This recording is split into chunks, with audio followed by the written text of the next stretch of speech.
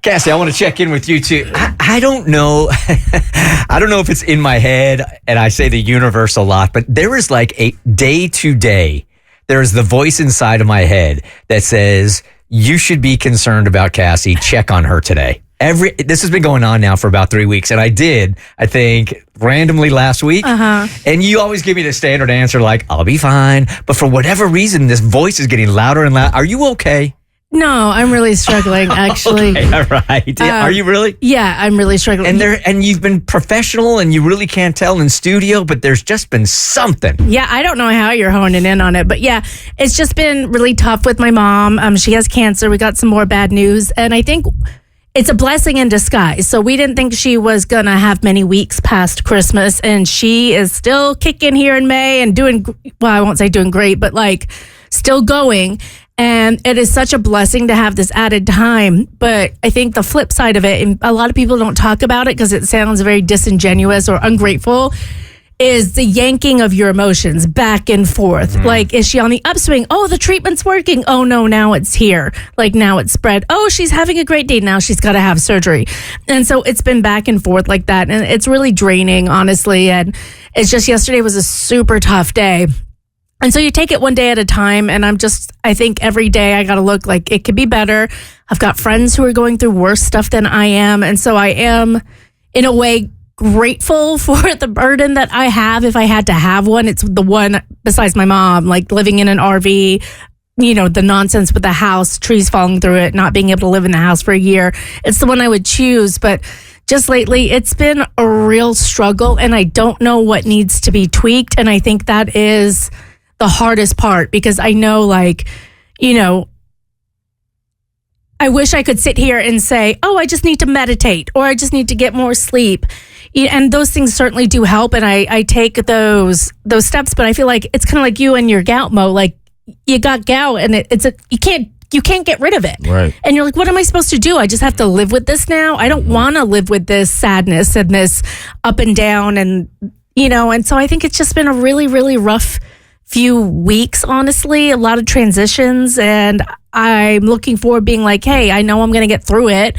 I know I'm going to get through the storm. It's going to be okay to whatever extent. I mean, my mom will pass from the cancer. It's stage 4 and it's very widely spread, and I'm grateful for the extra time. But at the same time, it's just like, can I get a damn break? Yeah. You need a mental health year. It feels like that sometimes. Not a day. I mean, honestly, check out, man. Sometimes I wake up and I'm like, I can't get out of bed. And sometimes I wake up and I'm like, I don't want to be here. Like the quality of life, which is a stupid term to use because you use that for like people like my mom who are suffering pain. But it's like at some point you're like, all right, is there going to be like a highlight coming soon? Is there going to be a break in the storm? Because it's a lot to weather. Well, this is nice free therapy. Are you seeing somebody about it? Because I don't know that I could get through that by myself. I'm not. Why? I haven't been able to find anyone. And I know that sounds like a stupid excuse, but every time I reach out, I found great people.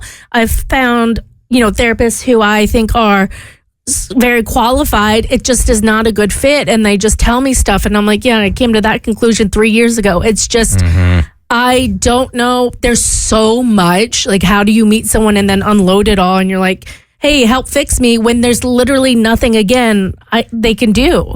So, I mean, I've been Delta 9 as my therapist, and That's cheap. Mary Jane's been real helpful. There is, usually life goes up and down and up and down and up and down. This is a very unusual consistency you have had over the course of the last couple of years.